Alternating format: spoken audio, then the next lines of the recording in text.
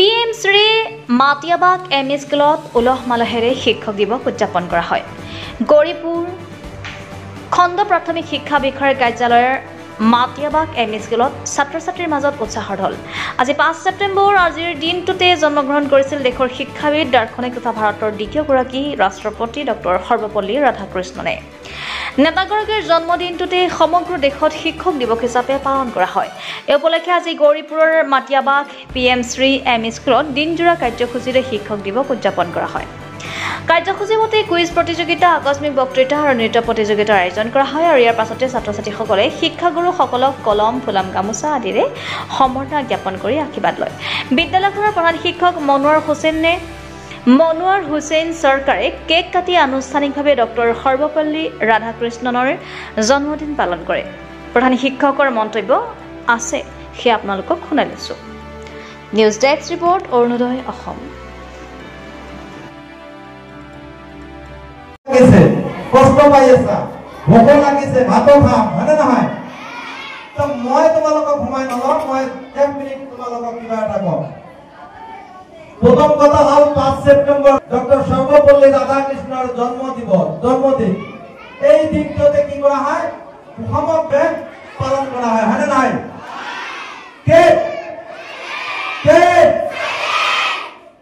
ব্রাহ্মণ পরিয়াল, তেওঁৰ দেউতাক তেখেতৰ দেউতাকৰ নাম আছিল বীৰাস্বামী আৰু মাকৰ নাম আছিল সীতাম্মা। ১৮৮৮ চনৰ ৫ ছেপ্টেম্বৰত জন্মগ্ৰহণ। মিড ডে মিল খোৱাৰ পিছত আমি দ্বিতীয় কাৰ্যসূচী আৰম্ভ কৰিম। হ'ব? গণ্ডগোল কৰিবা?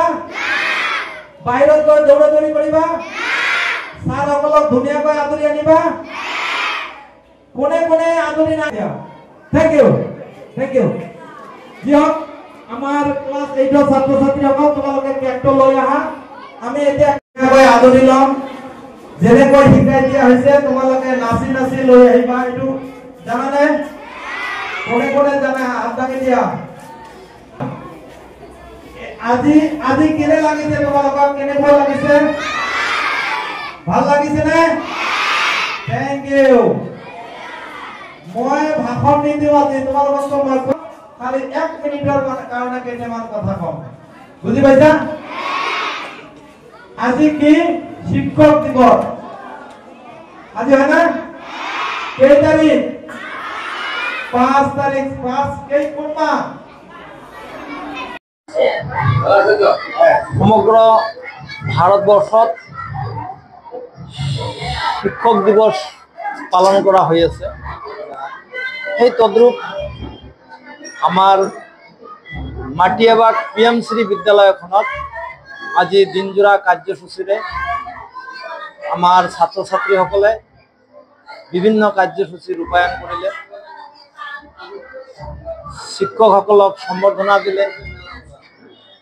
শিক্ষকসকলৰ বিষয়ে তেওঁলোকে ধুনীয়াকৈ ভাষণ প্ৰদান কৰিলে।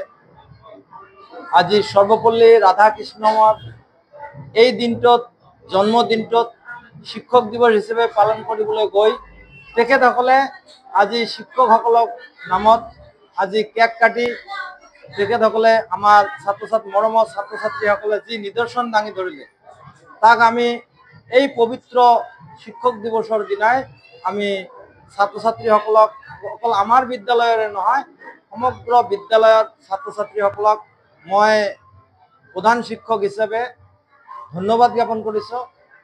আৰু এইখিনিতে মই ক'ব বিচাৰিছোঁ, আমাৰ এটা সৌভাগ্য যে আজিৰ দিনটোতে আমাৰ গৌৰীপুৰ শিক্ষা খণ্ডৰ অধীনত এইটো এক প্ৰকাৰ চৰকাৰী এটা অনুষ্ঠান।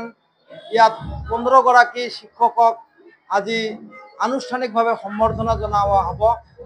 গতিকে আমাৰ এই চেগতে আমাৰ গৌৰীপুৰ শিক্ষা খণ্ডৰ শিক্ষা বিষয়া দেৱাশিষ সিনহা ছাৰক মই আন্তৰিকভাৱে ধন্যবাদ নিদি থাকিব পৰা নাই।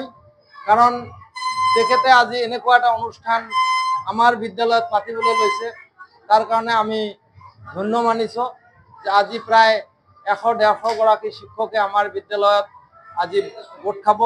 ভোট খোৱাৰ পিছত শিক্ষকসকলক সম্বৰ্ধনা আৰু শিক্ষক দিৱসৰ তাৎপৰ্যৰ বিষয়ে আলোচনা আৰু বিভিন্ন ধৰণৰ এটা কাৰ্যসূচী, এটা কালাৰফুল অনুষ্ঠান হ'ব। গতিকে সকলোকে মই এই অনুষ্ঠানটো যাতে সকলোৱে চাব পাৰে তাৰ কাৰণে মই সকলোকে আন্তৰিক ধন্যবাদ জ্ঞাপন কৰিছোঁ।